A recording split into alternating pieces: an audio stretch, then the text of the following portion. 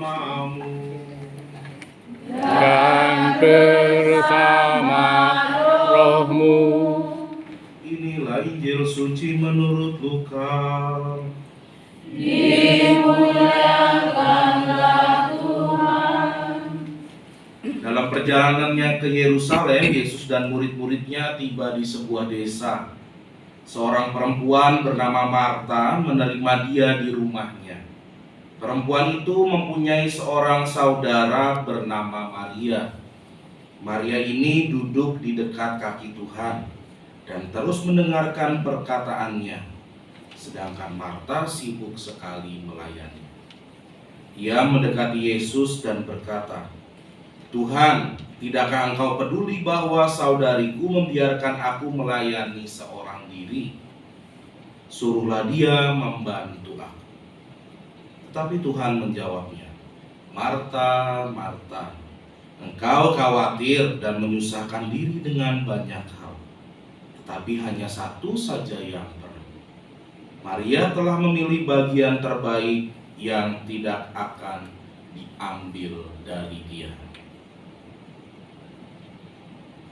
Demikianlah sabda Tuhan. Terpujilah Kristus.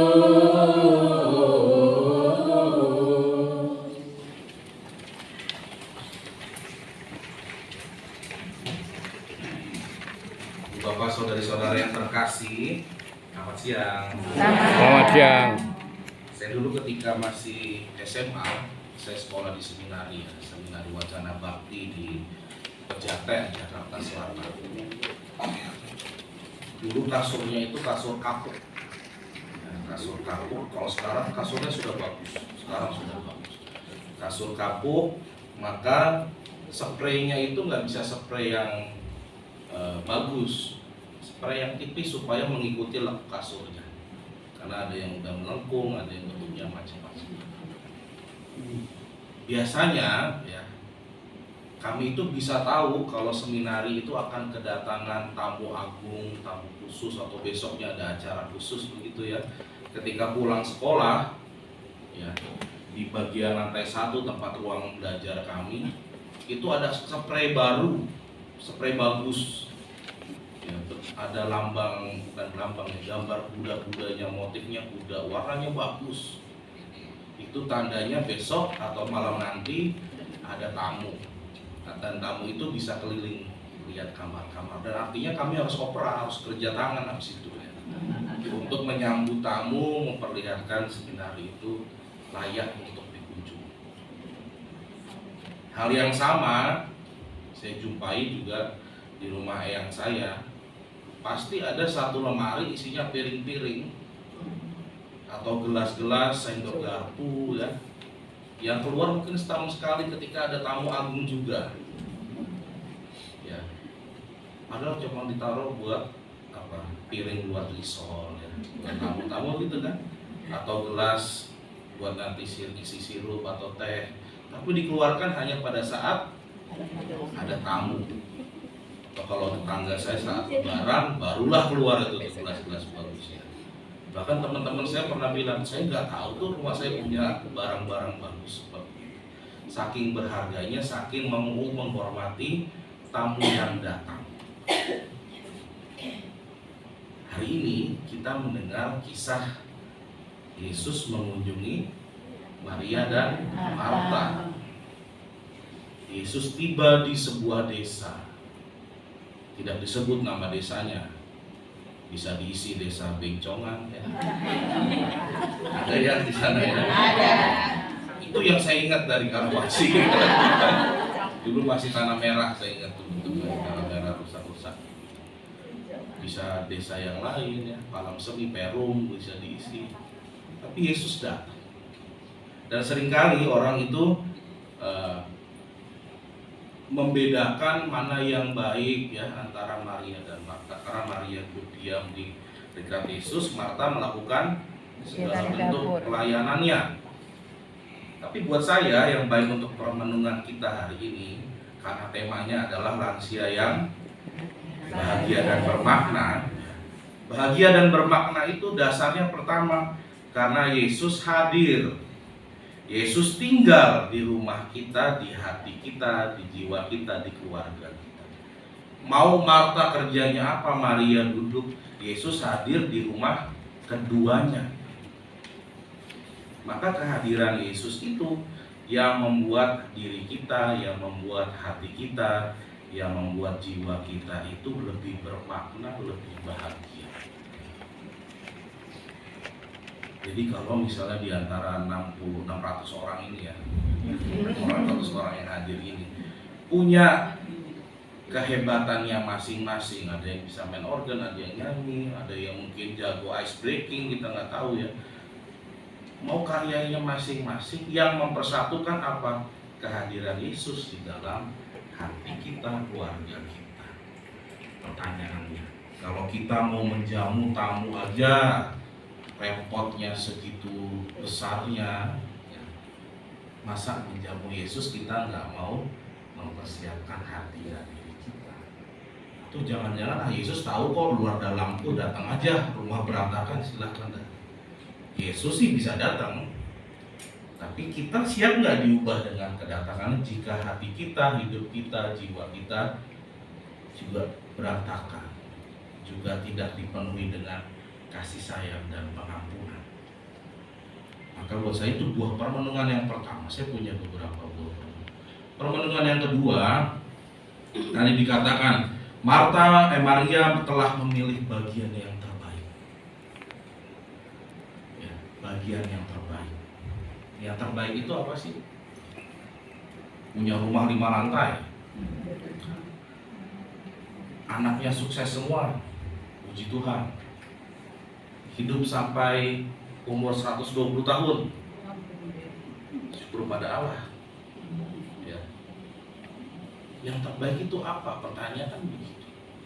Yang terbaik itu ternyata adalah sesuatu yang membuat kita itu bisa bertumbuh, bisa bahagia, bisa bermakna.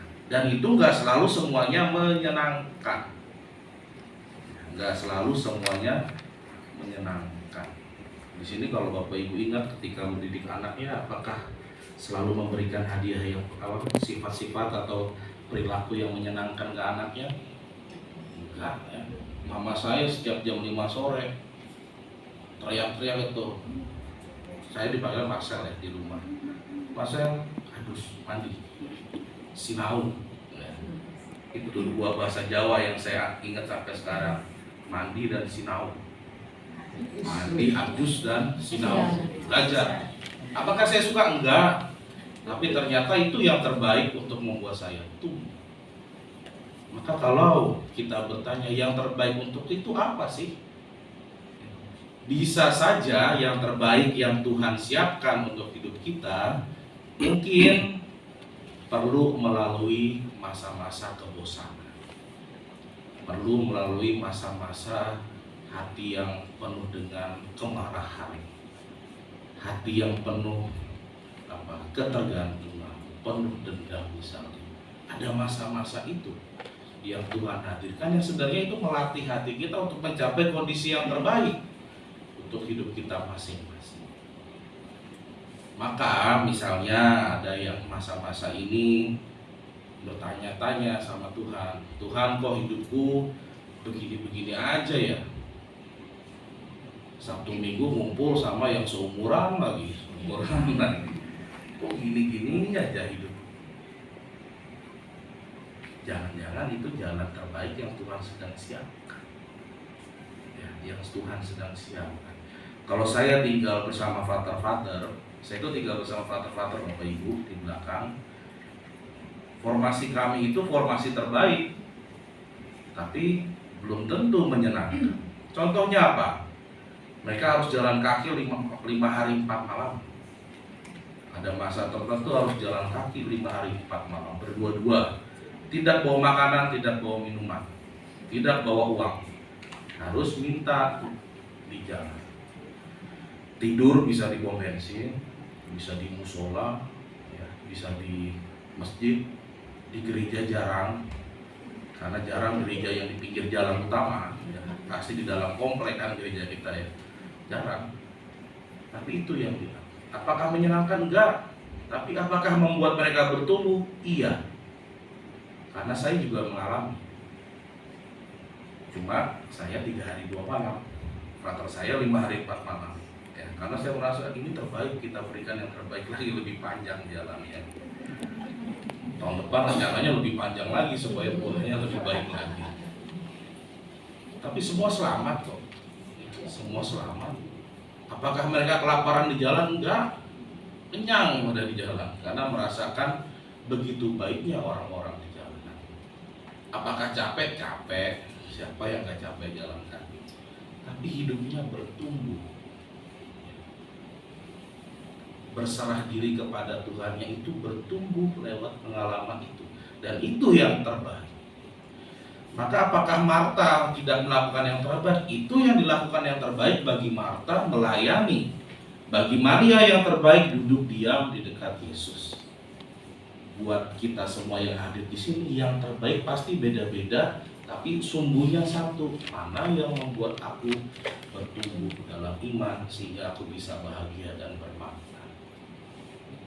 Lalu buah yang ketiga, ini saya sambung-sambungkan karena bagian di bacaan kedua tadi diseratakan rahasia yang besar akan disewartakan, disampaikan kepada orang kudusnya, orang kudus. Bagaimana kita semua ini bisa menjadi orang kudus? Itu kan pertanyaannya. Di sini saya mau mengutip Paus Fransiskus. Berkali-kali saya sampaikan karena ini ilustrasi yang sangat indah. Bagaimana aku mau jadi orang kudus? Caranya gimana sih jadi orang kudus? Paus melukiskannya begini. Ada seorang ibu.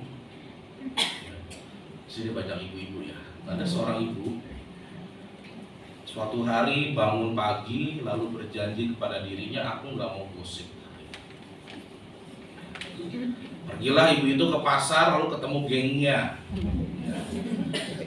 Mulailah geng itu, jeng sini ya dipanggil ya. Kami punya info baru, gosip baru. Tapi ibu itu kemudian ingat janjinya pagi itu. Aku nggak mau gosip. Lalu mengatakan, sorry jeng, saya mau belanja langsung. Lalu masuklah ibu itu ke pasar, belanja dan pulang. Paus Fransiskus mengatakan, ibu ini satu langkah lebih dekat menuju kekudusan. Malam harinya, karena ini keluarga yang tradisional, ibunya bapaknya kerja, ibunya di rumah menemani anak-anaknya, ibunya sudah capek, mau tidur, bapaknya baru pulang. Entah habis mancing, entah habis macet di mana gitu ya, pulangnya malam mau cerita tentang harinya. Tapi ibu itu udah capek. Lalu mengatakan mungkin suamiku perlu telinga untuk mendengar. Lalu ibu itu mengatakan, oke, hari ini aku dengar suamiku dulu, aku tidur lebih larut tidak apa. Paus Fransiskus mengatakan ibu ini satu langkah lagi lebih dekat menuju kekudusan. Esok harinya ketika sedang berangkat ke pasar lagi, dia berjumpa pengamen ya atau pengemis yang minta-minta di jalan. Gak punya uang banyak karena belanjaannya juga sudah terbeli, tinggal sisa-sisa uang yang ada di kantongnya diberikan kepada orang yang membutuhkan itu. Dan Paus Fransiskus mengatakan sekali lagi, ibu ini lagi-lagi satu langkah lebih dekat menuju kekudusan. Artinya apa? Kekudusan itu gak menunggu kita melakukan hal-hal besar ya. Hal-hal sederhana seperti yang dilakukan Marta dan Maria, yang terbaik yang dia lakukan ketika dijalani dengan kesungguhan hati, itulah jalan-jalan menuju kekudusan. Dan disitulah pelan-pelan kita semakin mengenal Tuhan Allah yang menciptakan, yang menemani, menyertai hidup kita. Demi Kristus Tuhan dan pengantara kami. Amin. Kita berdiri, kita ucapkan syahadat iman kepercayaan kita. Aku percaya akan Allah, Bapa yang Maha Kuasa, pencipta langit dan bumi, dan akan Yesus Kristus Putranya yang